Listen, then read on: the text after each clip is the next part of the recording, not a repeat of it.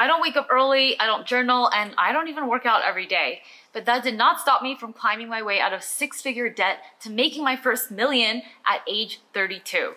I'm sure you've heard about all the habits that you should be doing, but in my experience, these are the only 6 that really matter. Most of what we do on a daily basis is automatic, like brushing your teeth. So we might as well have some good habits instead of bad ones, because your habits have ripple effects that get compounded over time. So even just a 1% move in the right direction could mean the difference between ending up rich or poor. It is never too late to start moving in the right direction and get some millionaire habits going, so hit that like button and let's get started. The first habit I want to talk about is treating failure as just feedback. You guys, listen up, this is so key, because most people give up after trying something once. That's most people. In fact, most people are so afraid of failure that they don't even try at all. If you tried to start a business, you interviewed for a reach job, or put your money into something and it didn't work out, it's not because you suck, it's because something about your approach needs to be tweaked. Ray Dalio, founder of the largest, most successful hedge fund in the world, talks about how pain plus reflection equals progress. He says that if you're not sometimes failing, it means your goals are just not ambitious enough. You have to fail sometimes, which is the pain part of the equation, and then you have to reflect on that pain so that you can figure out what went wrong and ultimately do better. That is the formula for progress and success. And I would say Ray Dalio knows a thing or two about success. Back when I was doing job interviews in college, I was going for a very competitive position on Wall Street, and I would get tons of no's. Obviously, the rejection was depressing, but whenever I got a no, I would email the interviewer and ask, why didn't you pick me? And they would straight up tell me why I didn't make it to the next round or get the job. I smiled too much, I sounded immature, etc, etc, etc.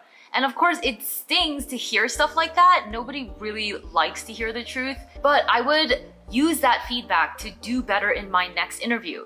And after doing dozens of interviews and getting a lot of feedback like this, I got really good at interviews and ended up landing the sweetest freaking job ever. Remember guys, pain plus reflection equals progress. Failure isn't an anomaly, it doesn't mean anything about you, it's just part of the process. It's part of the equation. Become someone who can fail forward and you will succeed at everything you do. The next habit is to set goals and to plan your days around them. So I mentioned earlier that I don't wake up early, 8:30 a.m. usually, and that is something I would love to improve on, but it is what it is. However, I do make sure that each day, no matter how late I wake up, advances my goals. Every year, I list out my goals for the coming year, and this list is a very curated list of the goals that I absolutely want and need to achieve that year. Then, I allocate 2 to 3 goals to focus on each quarter. Having too many goals at once dilutes my focus, and I end up not achieving any of them, so I like to chunk down my goals and keep it just to 2 to 3 maximum per quarter. Then, I write them all down somewhere where I can see them daily. I've put mine in Asana, which is the productivity software that I use. Other people use Notion, Trello, etc. Or people also use physical planners like the bullet journal. Use whatever works best for you, but the point is to take charge of how your time gets spent and find a system that works for you. So every morning I sit down and look at the tasks in my Asana. And the question I'm always asking myself is, which tasks get me closer to my goals? And those are the tasks that I prioritize and try to get done first.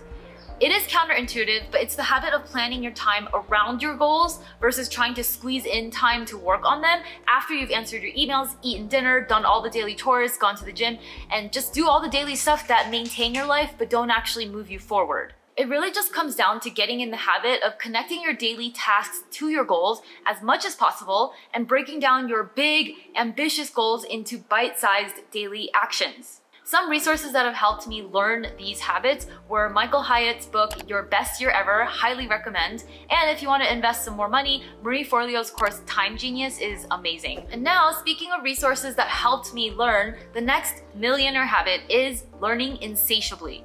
Whether that is from reading books, taking courses, seeking out mentors, or even working for free. Most people's family members and neighbors aren't millionaires, but you can always learn anything you want from books. And that's exactly how I started, voraciously reading books. I read every book I could get my hands on about money, mindset, about how millionaires invested, how millionaires spent their time, how millionaires thought, and eventually I became a millionaire myself. So I want to tell you a quick story. When I was living in New York City in my mid-20s, I met a real estate developer who ran a fund buying and renovating multifamily buildings in Brooklyn. He ran a small but fast-growing company, he needed a lot of help, and so I offered to work for him for free. I don't know what I was thinking. I was ready to wait tables at night if I had to, because I just knew that what I could learn from him was more valuable than anything he could pay me or what any other company could pay me. In the end, he appreciated my hustle and ended up finding a way to pay me a salary. It was a lot less than all my college friends were making at their Wall Street jobs, but holy shit, what I learned from working closely with a successful entrepreneur and investor was worth a million times more than any paycheck. His name was Albert. He actually passed away very suddenly a few years ago, and I think about him a lot because I just learned so much from him.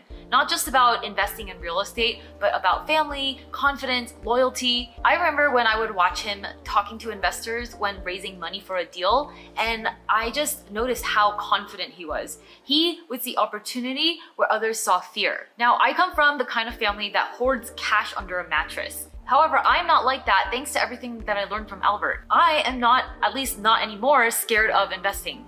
Last year, when I was driving through Vegas in my camper van and came across some good property deals, I bought 3 rental properties without blinking an eye in the span of 1 month. Why? Because the numbers made sense. I saw opportunity where others might have seen fear. And if you don't come from a background of investors and entrepreneurs, of people who take risks, the only way to learn this kind of mindset is through finding a mentor. The right information, the right training, and the right mentorship is priceless. Don't be that person who's always like, oh, I already know this. You know, you never know what new piece of information or nugget could change your life. So never stop seeking, never stop learning. The next millionaire habit that made me rich is making your own luck. When it comes to success, yes, luck can certainly play a role sometimes, but something that I've learned over the years is that you can also make your own luck. Millionaires ask themselves, what are all the ways I can make this happen? While people who are always struggling ask themselves, here are all the reasons why this can't happen for me. Don't take no for an answer, don't make excuses, don't blame the economy, your boss, your parents, or the government for your financial situation. Take inventory of what you can control, because there's actually a lot, and carve your own path to what you want. You don't like your job? Then put together a dream job role that your company needs and pitch it to your boss. Or work on a side hustle in the evenings so that you can eventually quit that crappy job. There's always something you can do. I remember 6 years ago, I was really unhappy with my career and I was making okay money freelancing on Upwork as a bookkeeper, but what I really wanted to do was teach people about personal finance. That's what I was passionate about.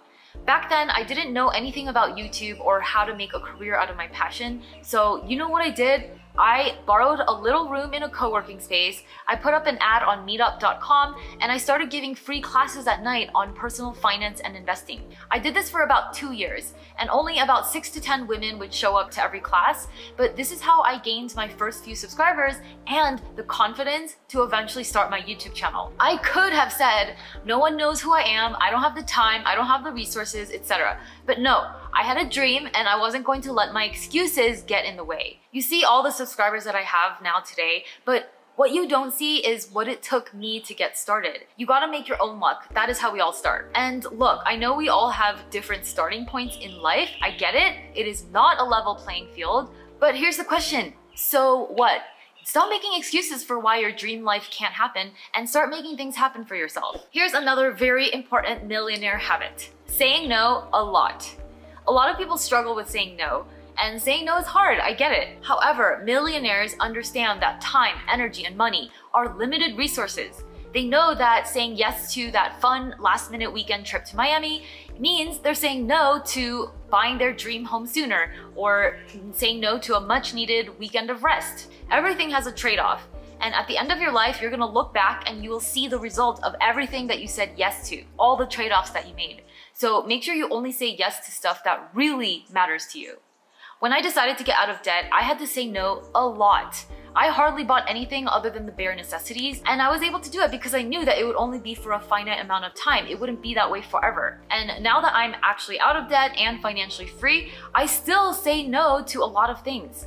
I'm not exactly frugal, but I'm also very clear that I don't value designer clothing or luxury hotels and restaurants, so I don't spend a dime on those things, even though I very well could.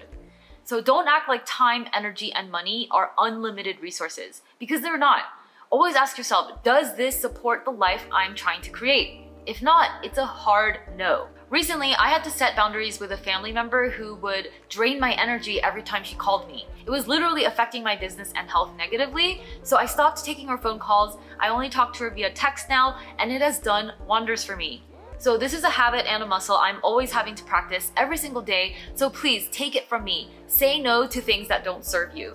Give yourself what you need to thrive. And speaking of giving yourself what you need to thrive, millionaire habit number 6 is taking care of your health. You can't do anything without your health, and no matter how much money you have, you can't enjoy it if you're dead. Look at anyone who's reached any level of success, and you know what they all have in common? They were all healthy. I've noticed that anytime I neglect my health, my productivity takes a toll. Zero energy to do things. So I take care of my health. I take walks, I try to do dance breaks every day, eat healthy and organic 80% of the time, and even though it's not fun, I get a full health checkup every year because frankly, if there's something wrong, I would rather know about it as soon as possible so that I can fix it and live a long, healthy life. Maybe you just wake up and hydrate with a glass of lemon water first thing in the morning. It's something really easy to do and it's so good for your body. Then once that little thing is second nature, start doing another daily thing for your health, like taking vitamins and supplements. Just add things on one at a time. Taking care of your health is probably the most important habit that I've talked about so far because without your health, you have nothing. At the end of the day, becoming rich isn't the most important thing in life. Let me be very clear on that. The day I hit a 7-figure net worth, I really didn't feel any different and I literally had the same $2 tacos that I eat almost every day for lunch. I'm also fully aware that one day all this money could go away. Material wealth comes and goes, right? But you know what will stick with me? Who I had to become to create this wealth.